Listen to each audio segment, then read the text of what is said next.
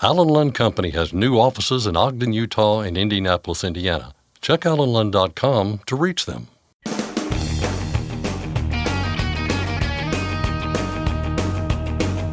OOIDA, representing America's truckers since 1973, presents Landline Now with your host, Scott Thompson. Thanks for joining us. Scott here, filling in for host Mark Reddick for the day. We'll jump right in with the headlines of the day here in just a moment. After that, we're going to do a deep dive on a new report commissioned by the Federal Motor Carrier Safety Administration that was supposed to figure out the links between driver pay, driver safety, and driver retention, but carriers made doing that research pretty difficult. Tyson Fisher of Landline Magazine spoke with one of the researchers, Jason Miller, about the report, what it found, and maybe most importantly, what it didn't find. It also does a pretty solid job of debunking the driver shortage narrative once and for all. Then after that, we'll catch up with OOIDA tour truck driver Marty Ellis. He's getting close to the end of his truck show season, and he's hearing about some pretty interesting topics. Among them, a reversal of a traditional problem. Instead of RVs parking in truck parking spaces, it's trucks parking in RV spaces. So, lots to get to over the next hour. But first, the news with Ashley Blackford. Thanks, Scott. U.S. Secretary of Transportation Pete Buttigieg was in western North Carolina on Thursday. There, he surveyed the damage left behind by Hurricane Helene. According to WCNC, Secretary Buttigieg said it could take billions of dollars and months or even years to fully repair a stretch of Interstate 40 that collapsed during the hurricane. Right now, crews are working on a temporary solution to stabilize the westbound lanes so traffic can begin to flow to and from Asheville. An $8 million contract was approved for the work to stabilize the slope. During a recent interview with Blue Ridge Public Radio, Buttigieg was asked about how infrastructure can be better built to withstand the change in climate. This is something that's on our mind a great deal. We have, as part of the Biden-Harris infrastructure package, the first ever dedicated federal fund for resilience, projects that are going to help communities withstand the next disaster or threat. And I know it's on Governor Cooper's mind. It's one of the first things he raised when I called him to tell him we had the first $100 million in emergency relief money on the way. He talked about the desire to build back in a more resilient fashion than what we've inherited.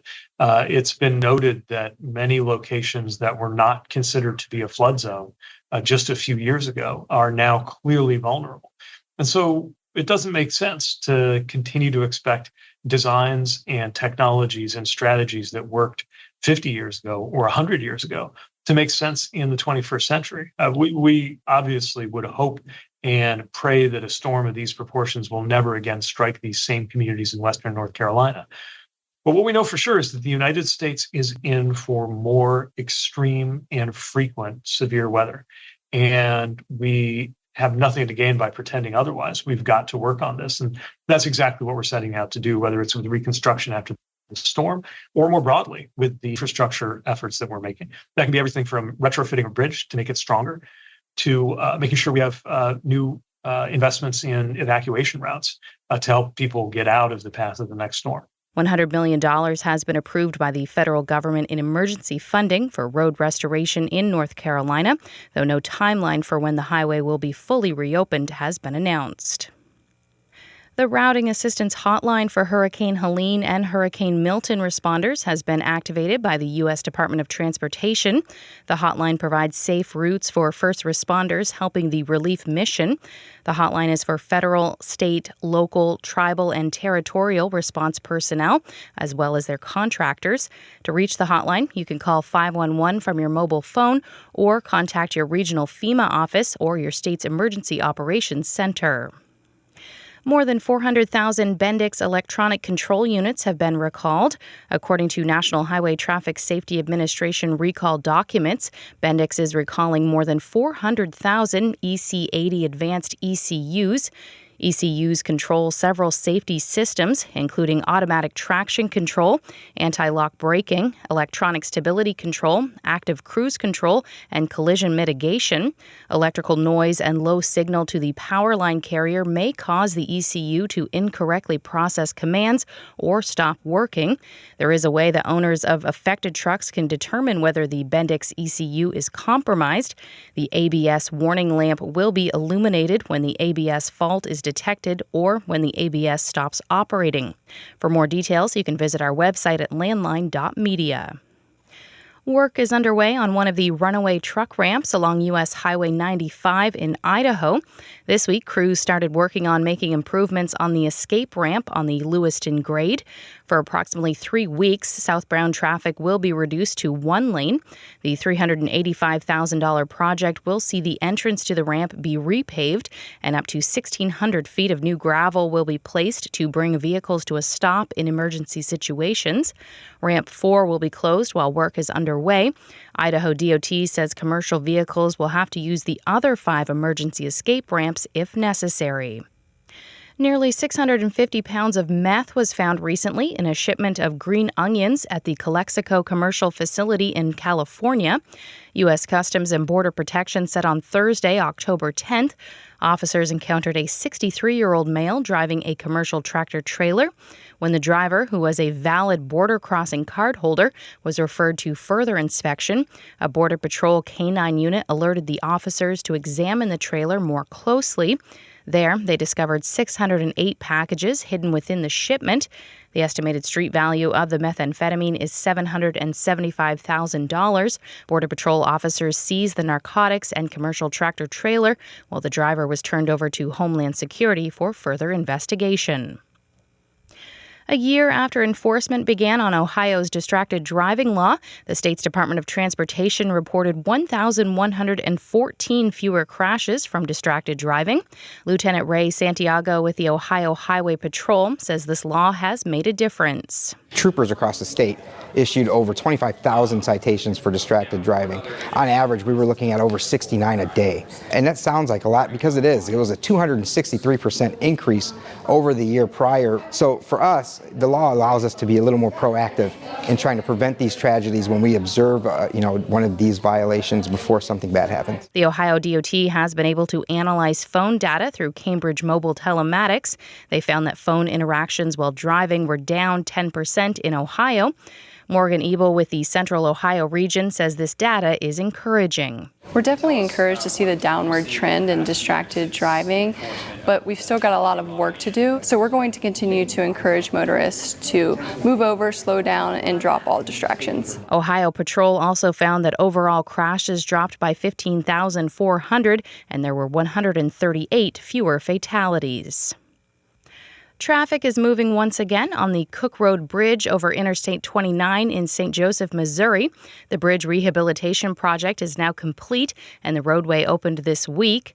The driving surface on the bridge was replaced, and a sidewalk was added on the south side. The city of St. Joseph also allocated funds to enhance the aesthetic of the bridge by adding decorative fencing and concrete. The Missouri DOT says southbound I-29 is still closed as crews complete work beneath the bridge. And finally, a Minnesota farmer is celebrating his win after he grew a 2,471-pound pumpkin, putting him in the #1 spot at the Safeway World Championship Pumpkin Weigh-Off. UPI reports that the contest recently took place in Half Moon Bay, California. This is the Minnesota man's 4th top spot win at the competition. Last year, his pumpkin hit the scales at a whopping 2,749 pounds. That's Landline Now News for today. I'm Ashley Blackford. Thanks, Ashley. A quick note here before we move on. OIDA's 3-day Truck to Success seminar starts on Tuesday, October 22nd. And even though the deadline to attend in person has passed us by, you can still attend online via Zoom. So if you want to take part in the comprehensive course that helps you succeed as an owner-operator, you'll want to check out the website, truck2success.com. Coming up next, Tyson Fisher of Landline Magazine details a report on driver pay and driver safety. The report fell short but did yield some interesting results. That's up next, so hang tight. We're back right after this. Thanks for listening. Be sure to like and subscribe. If you want more content, go to landline.media to get updated news, information, and archived editions of our show. Once again, that's landline.media.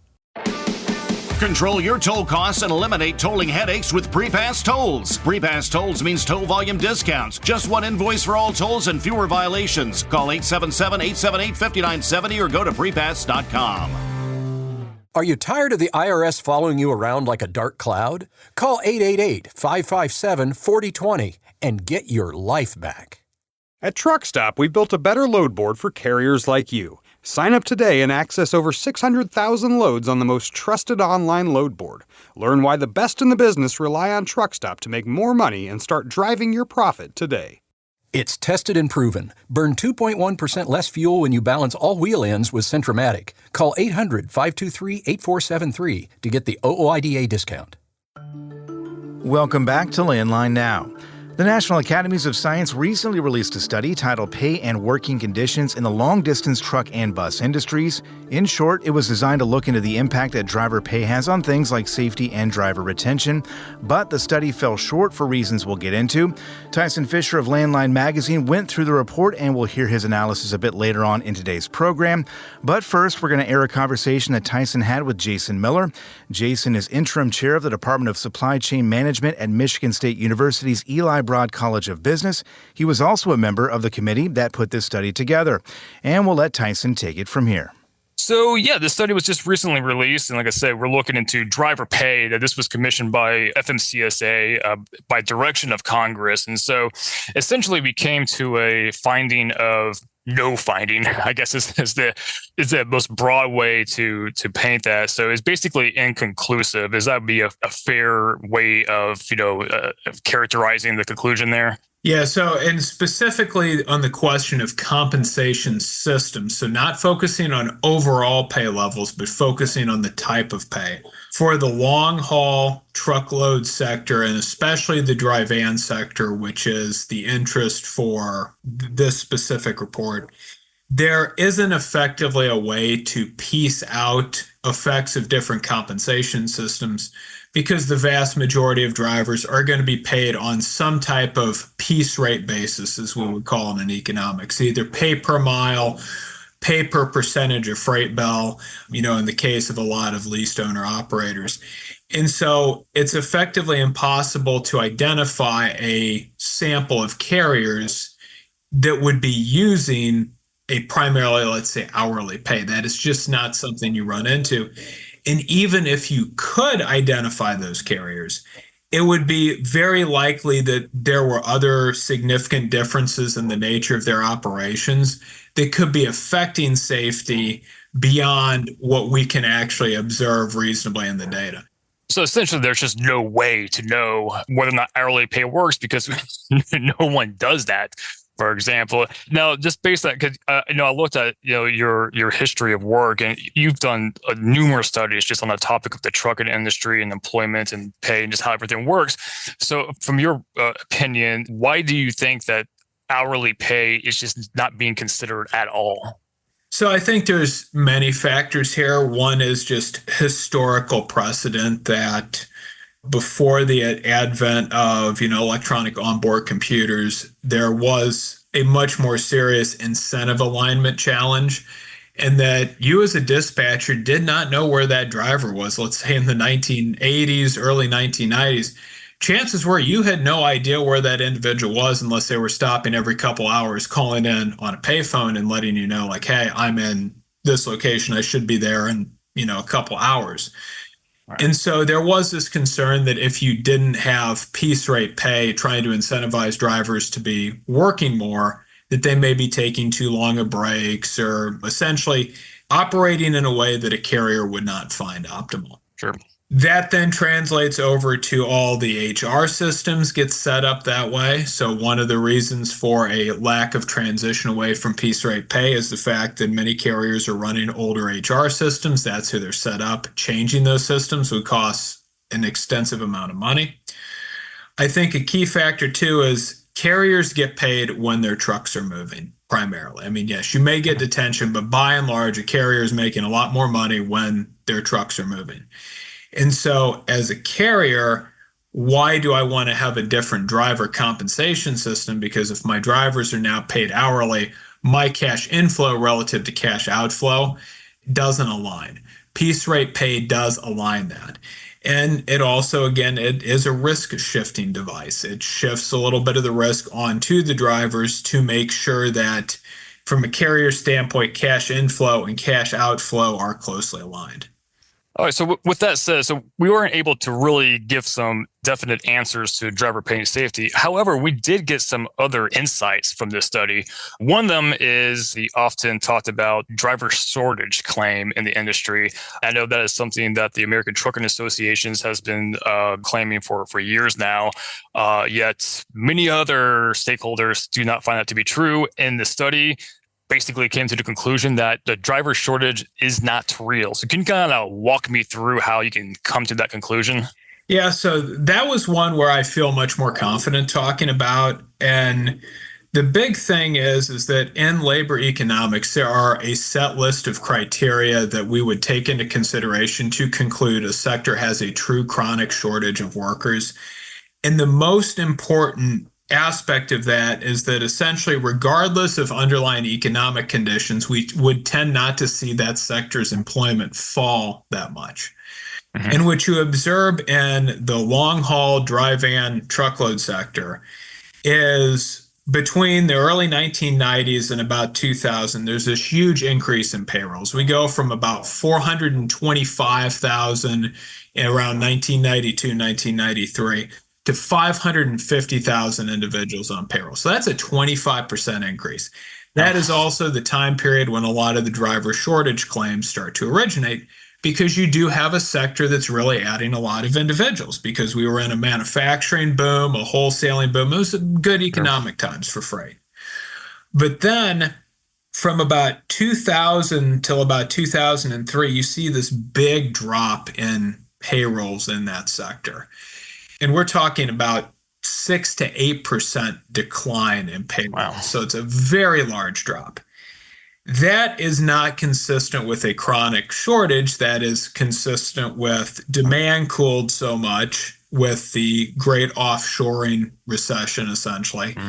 The demand for trucking services fell so much that carriers are going out of business, carriers are downsizing on net, and capacity exits. We then get back up to about that 550,000 by late 2006, early 2007.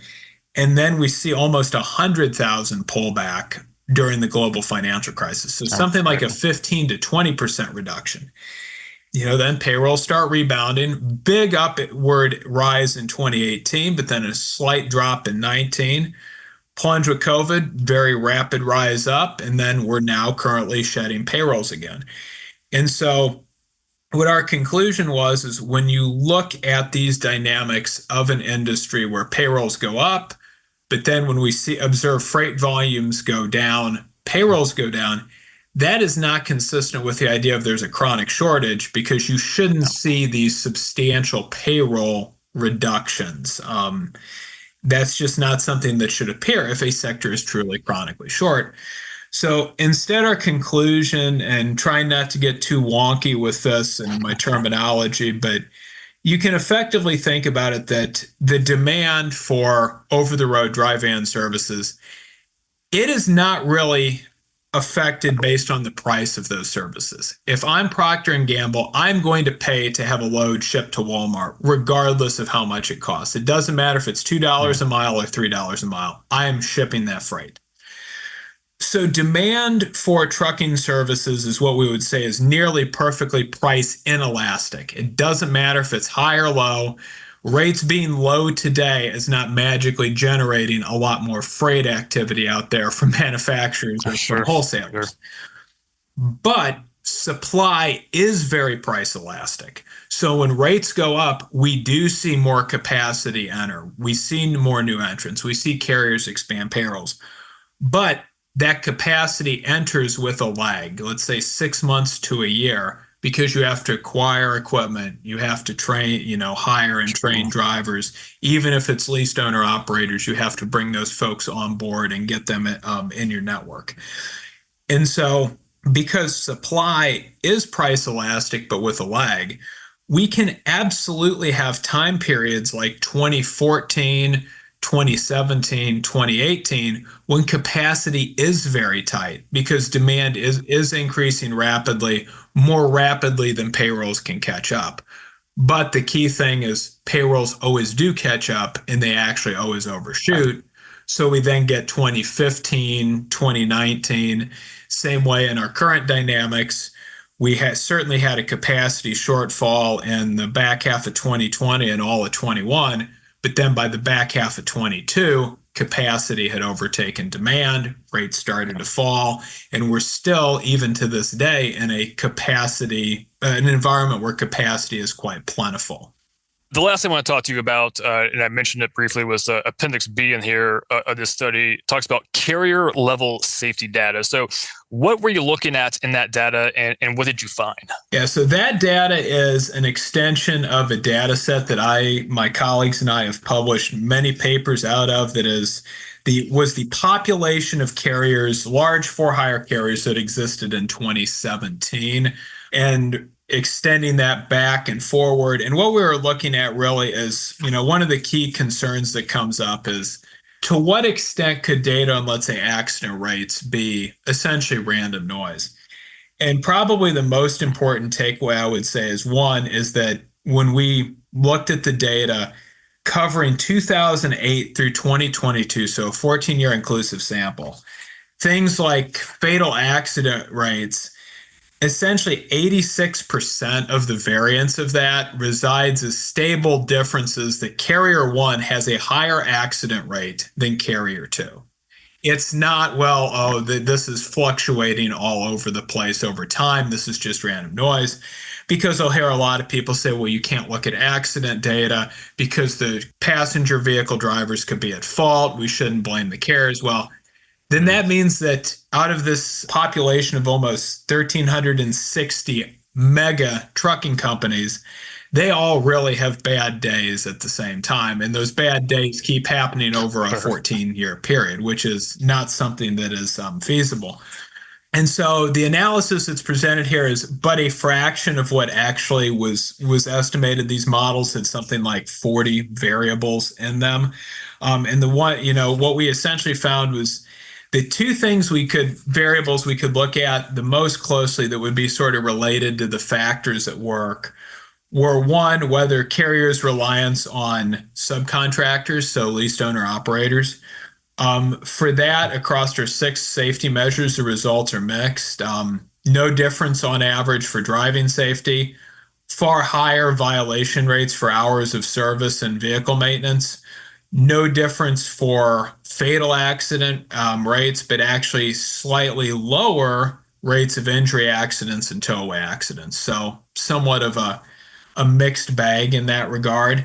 And then we did see, even focusing on the mega carriers with typically 100 or more power units, very substantial differences in terms of the effect of size on safety, with larger carriers being almost uniformly safer on average. They had lower rate. And the point we made is historically, turnover has been highest at these mega carriers. And so we know from statistical properties that actually means that the effects that we have in figure B4 are actually very conservative. There actually would be more negative if we had data for turnover. And so to us, the real thing is it does suggest that some of the practices used by the biggest firms, it's not size per se that matters, but it's the fact that larger firms maybe invest more in terms of monitoring technologies, maybe more in training, maybe more in having oversight. Something here that the large firms are doing is meaning that they're having fewer fatal accidents on aggregate. Sure. Even the 100 power unit firm versus 1,000 power unit firm, the 100 power unit firm has a higher rate of fatal accidents on average. It's not saying every firm does, but on average, this is what we're finding using the most appropriate statistical techniques that we have. Thanks to Jason Miller for his time, and thanks to Tyson Fisher for his. In fact, we're going to hear from Tyson after the break, where he's going to add some context to the conversation we just heard and look at the big picture regarding driver pay. So stay tuned. We're back after this with more Landline Now. Penske owns and operates some of the best-maintained vehicles on the planet. Our used trucks come with a 5-year maintenance report and pre-sale inspection. So if you're in the market for a top-quality pre-owned truck, look no further. Search our inventory today at PenskeUsedTrucks.com. Capital Reman, the leader in remanufactured diesel engines and components, has partnered with OOIDA to offer exclusive member benefits. Visit CapitalReman.com today to support America's transportation industry and take advantage of your benefits. When it's time to overhaul your truck engine, help protect it by insisting on a genuine Vibratech TVD crankshaft damper. Heavy duty, absolute premium quality, and they're made right here in the USA. Find a dealer at VibratechTVD.com. Welcome back. We just heard from Tyson Fisher of Landline Magazine in his talk with Jason Miller of Michigan State University about a recent study that looked at driver pay. Tyson's been digging into this report, and let's just say he's got some thoughts. So let's bring him in now. Tyson, good to see you. Hey, man, thanks for bringing me in. We're gonna let you loose here in just a moment here, because I know you got quite. Yeah, well, we're gonna see. Let's start. I just want to talk really about this report and what the study was supposed to determine. Let's start there before we get into what it did not determine. Sure. So the bipartisan infrastructure bill that was passed just a few years ago, it directed FMCSA to conduct a study of the impacts of various methods of driver compensation on safety and driver retention, including hourly pay and detention time pay. So in other words, Congress wants to know whether or not driver pay could improve highway safety and keep drivers in seats. Simple as that. So, yeah. Simple. Sure. Sounds simple. However, as you pointed out in your conversation with Jason Miller, the conclusion that they came to was unsatisfying. And I think that's probably an understatement here, because there was no conclusion to the bigger questions in all of this. Yeah, their conclusion, you're right, it's basically inconclusive is what they came down to. So, here's the quote of their conclusion, which is, the available data and empirical research are insufficient to determine whether driving working conditions and compensation methods affect driving behavior and safety performance of drivers. So basically, we don't know is basically the response here. And there's two reasons. They gave us two reasons as to how they came to the conclusion or why. The first one is the driver pay data is proprietary in nature, and therefore carriers did not provide researchers with that information. The second reason is that there was nothing that researchers can compare. So in other words, pretty much all long-haul truck drivers are paid a piecemeal model, so per mile, per load, right? Yep. No one is paying them by the hour, so there's no way to compare real-world data because everything is the same. So those are the reasons. That's the explanation that we got as to why they gave us pretty much an answer of inconclusive. Yeah. As you know very well, and I think most people know, any piece of research depends on, obviously, the data. But at the same time, there are different ways to look at data, and good researchers will sift through it and make an objective determination based on what they found. There's also bad research out there where they take the data and they kind of, mold it the way that they want to, tell the narrative here. In this particular case, it does not seem like we can blame researchers for the lack of a satisfying answer. You make this point in a blog piece on the website, landline.media, and you blame the carriers. And I think based on what we know from the study, that makes a lot of sense. Yeah, absolutely. Look, the entire point of the study is to look into driver pay and safety and retention. The carriers apparently refused or just didn't give over the single most important piece of information of a driver pay study, which is driver pay. Yeah. What a novel concept. Yeah, right. So what are researchers supposed to do? It's like doing research on climate change, but not having access to temperature data. What am I supposed to do at this point? So their hands were tied, and that's why. Yeah. Which, I mean, this begs a lot of questions. The big one, I think, off the top, as we kind of unravel this spool of yarn or whatever it is, why aren't the carriers providing this information? Why is it, quote unquote, proprietary? asking that question, we're left to kind of jump to our own conclusions here, and I'm sure you've made that leap as well. Yeah. So again, the official reason as to why we don't have this information is because it's proprietary. You know, they don't want other people to know about it. Listen, there are ways to give researchers data without making it visible to anyone else. It's a thing that can be done. So that being said, you know, my guess, and it's just a guess, is that carriers know that driver pay absolutely is tied to safety and driver retention. And then giving that data to researchers, it would reveal exactly that, you know. Consequently, that would contradict their whole driver shortage narrative that's been going on. We can talk about that in a little bit too. Yeah. But what is interesting is that this study was ordered by Congress in the section of the infrastructure bill establishing the under 21 pilot program.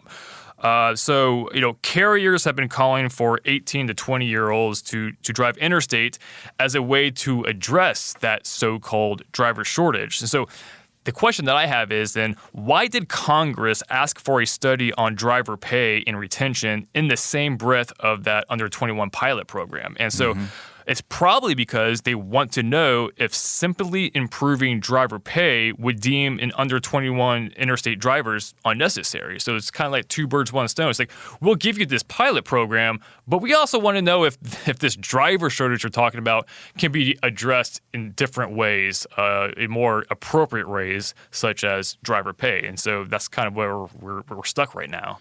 Yeah, when we look at the whole issue of driver pay, you know, it is a pay-by-the-mile system. You talked about the complications that raises with regard to this conversation because there is so much variance out there.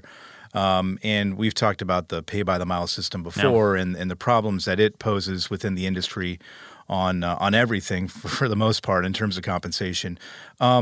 What this does to me, this particular report, considering we don't know for a number of reasons, but we don't know the impact that pay is having on safety and retention, it does make a compelling argument, I suppose, in a way, to switch to, an hourly pay system, or at least look at the pay-by-the-mile system and make some adjustments. I don't know if that's something we can take away from this and maybe build off of, or...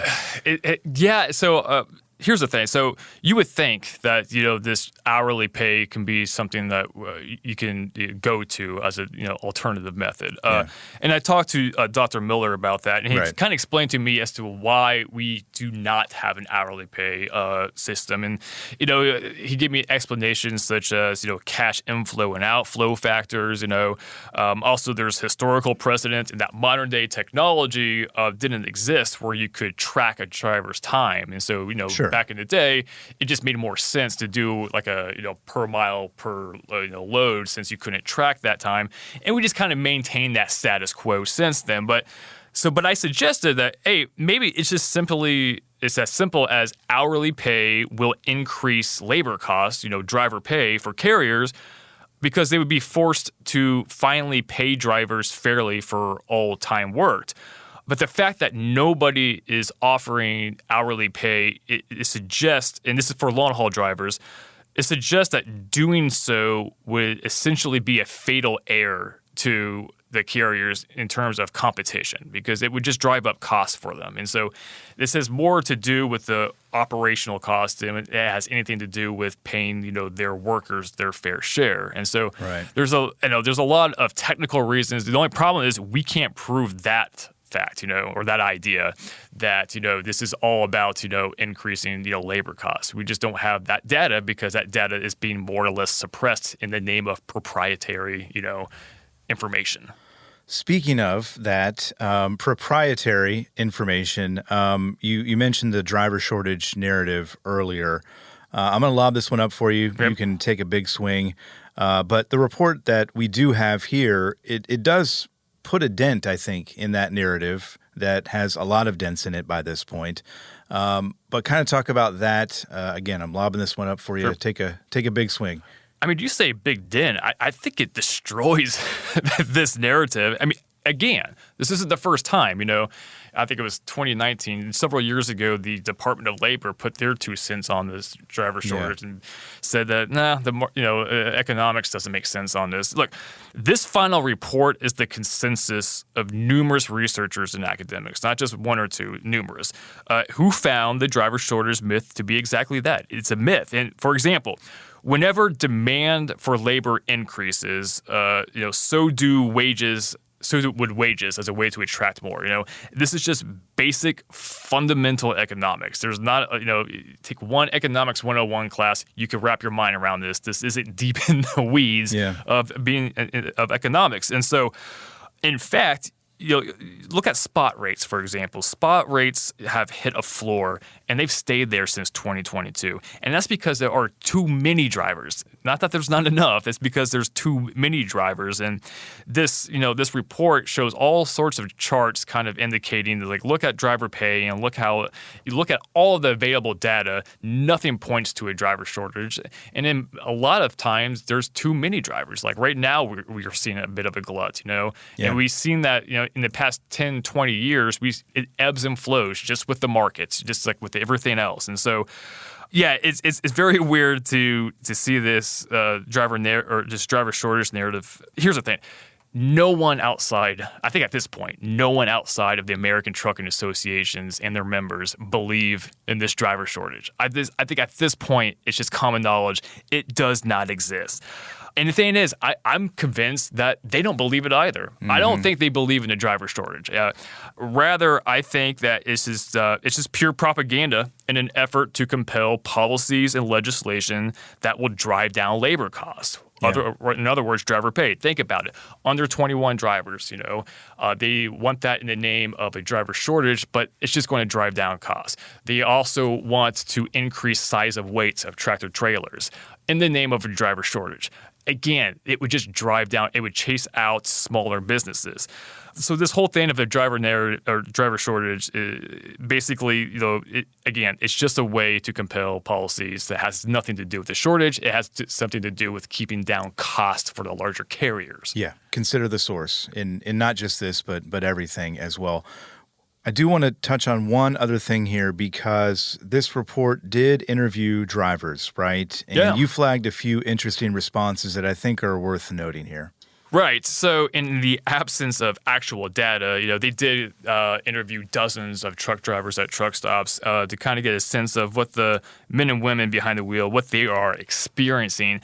And it's exactly what you think it would be, which is they're saying that basically, yes, hourly pay would be great, and not having hourly pay, this per mile, this per load pay method we have, it incentivizes them to basically drive dangerously at times. Go. It's basically, so here's one quote, which is, if you're hourly, you can focus on safety first. If you're paid by the mile, your natural instinct is to focus on how quickly you can get it done, because that's when you make your money over safety. And someone says, a big portion of, driver turnover is we're not incentivized to be safe with paid per mile. So the faster you go, the better you are off money-wise. And so, again, we don't have the data. The data is being suppressed that would prove this, that would quantify this, that would show this to us.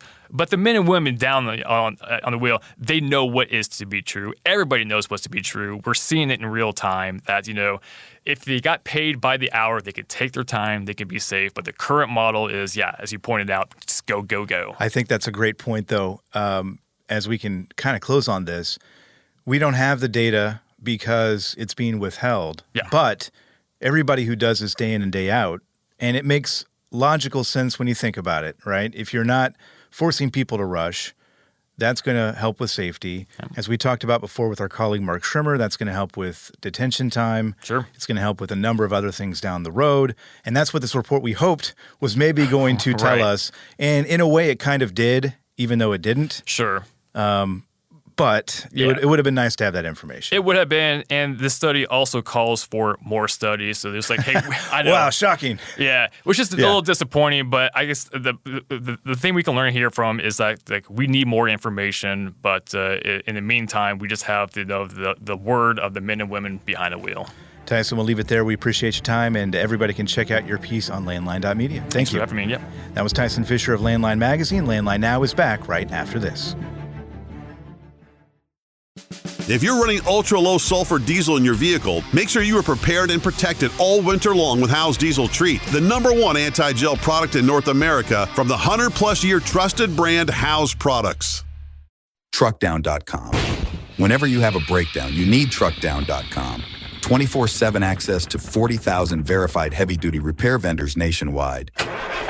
Owner-operators need roadside speed. Truckdown.com. Firestone tires are for more of everything, with more durability for more miles and more confidence in your fleet. Firestone's tested tires help fleets save with value where it matters most. Learn more at bridgestonenationalfleet.com/4moremiles. Since you started, what you've loved about trucking is the freedom. Heading out on your favorite route, a good driving song, and thinking about truck insurance. Well, maybe not that last one. That's why we're here. At OOIDA, we have a full range of truck insurance products, expert advice, and great customer service, helping you get the right coverage for your operation. Go to OOIDA.com, because your job is to drive. Our job is to help with everything else. Landline Now, welcome back.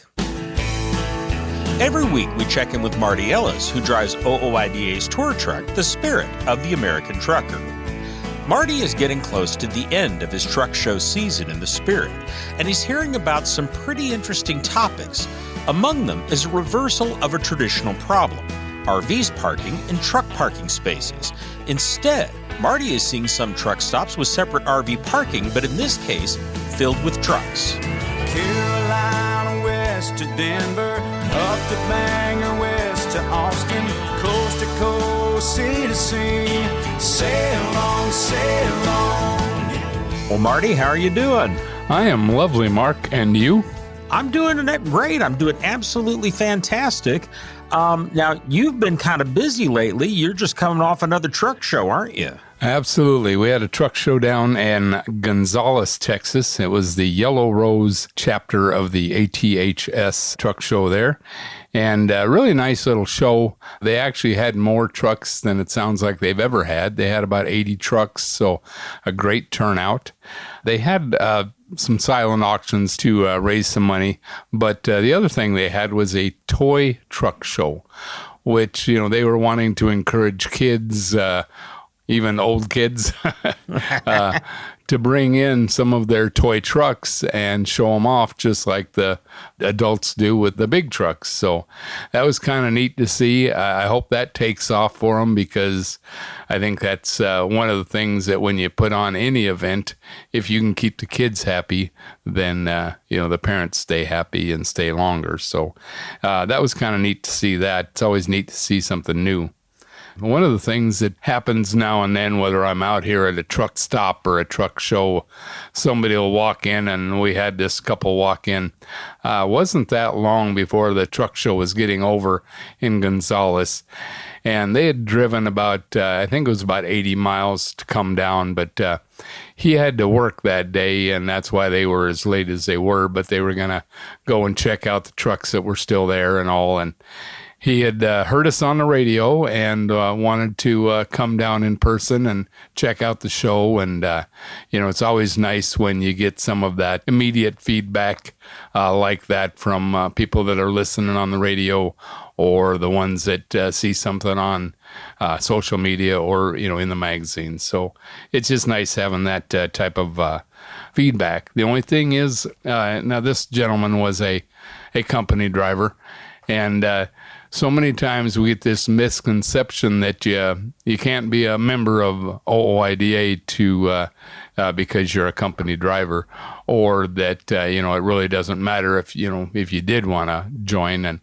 it does really matter. The people don't understand some of the time that numbers matter, and every time we go and talk to a senator or a congressman, the first thing that they're going to want to know is how many people do you represent, and of course the bigger the number, the more they pay attention. So yes, even as a company driver, you are more than welcome into OOIDA. That's the Independent driver part of the name. So I encourage anybody out there, whether you're a company driver, leased onto a company, if you're doing a lease purchase, definitely you want to get involved with OOIDA. Absolutely. And hey, every trucker's got to follow the hours of service. I mean, there's a lot of stuff that all drivers have in common and facing the same kind of hazards on the road and so on and so forth. So yep, definitely a lot that company drivers can gain out of that. Well, let's go ahead and talk about some of the topics that truckers are bringing to you, Marty. And one of them that kind of got my attention is you had written down about parking in RV spots. Now, usually the problem I hear is RVs parking in truck spots, but where are you seeing this? Well, that's actually what kind of just grabbed my attention at one of my stops. They had separate RV parking, and it was out front. It wasn't back where the trucks normally park. And I was going, I've been trying to get back to walking in the morning, so I was going out for a walk and just kind of looking around, seeing what's happening in the parking lot. Sure enough, I come around to the front of the parking lot there, and I see this big sign that says RVs this way, and there wasn't an RV in there at all. It was all trucks. And I know you're right. It's normally the other way around, where cars and RVs are parked where truck parking is normally had. And so I was just kind of saying to myself, if we want other people to respect our parking spots, maybe we ought to consider respecting theirs. Leave those RV spots for the RVs, and then hopefully they'll get taught to go around there and park there instead of in our truck parking spots. So it was just kind of an ironic twist on what normally happens. I'm curious, Marty, because I have not seen too much of that as far as separate RV parking at truck stops. How often have you seen that? It's probably about 50-50 out here on the road in the truck stops. Is a lot of them are getting better about having RVs designated spots. And I wish that all of them would go with that. And they don't normally have to be as large.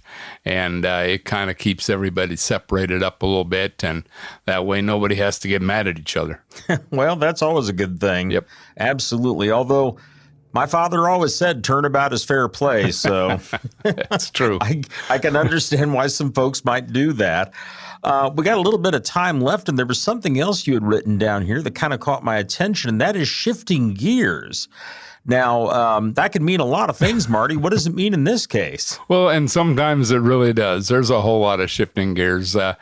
But for some reason, I think I was being, just reminiscent of some things in the past and thinking about all the new people coming out, and so many of them never have had to and never will have to shift gears in a truck. And one of the things I think about when I think about shifting gears is the first time that I missed a gear on a hill with my father-in-law in the sleeper. And I was going through on, I think it was I-15 going through the gorge there between Utah and Nevada. There's a little piece of Arizona about 30 miles, and it's pretty windy, pretty hilly. And I hit a hill there, and I missed my gear. And I just started driving, and man, I was searching for that gear. I was trying, and all of a sudden I hear this voice from the sleeper saying, "You want to apply some brakes, because that way we don't go traveling backwards down the hill by the time you find that gear." So I had the opportunity to restart on a hill, which is never fun anyway. And luckily, the traffic wasn't big, and also we got away with it cheaply. But I just think about all those type of things, the waiting in line for a phone booth, trying to get, to call into a dispatcher or home. There's so many things that people that are coming into the industry now will never have to face. Absolutely. Well, Marty, we're running a little bit short on time, but I mentioned at the beginning that you were just coming off a truck show, and you're actually at your next truck show now. Where are you at? We are in Abilene, Texas at the Taylor County Expo Center at the Truckers for Vets truck show. And being it's Friday night, they're having the light show here coming up shortly, and then they have some music. They have some food vendors.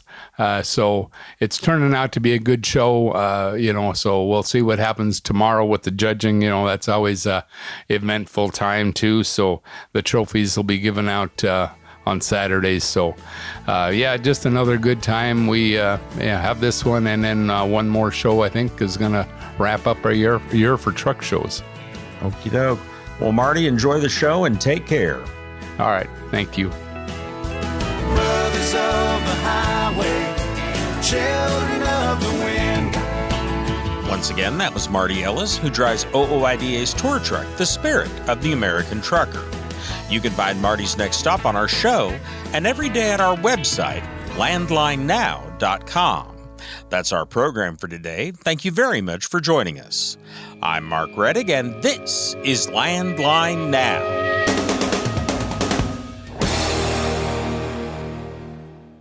Thanks for listening. Be sure to like and subscribe. If you want more content, go to landline.media to get updated news, information, and archived editions of our show. Once again, that's landline.media. I'm a dad, a son, a husband, wife, I'm a writer, photographer. I farm. I'm a veteran. I love old cars, fishing, my kids, chrome, and I am a professional truck driver. And together we are OOIDA. OOIDA was founded by truckers to stand up and speak on behalf of truckers. We've done that by combining the individual voices of our members into a single, powerful voice. Protecting your interests, defending your rights. Join us! Make your voice heard. Join OOIDA, the Owner-Operator Independent Drivers Association. Call 1-800-444-5791 or visit OOIDA.com.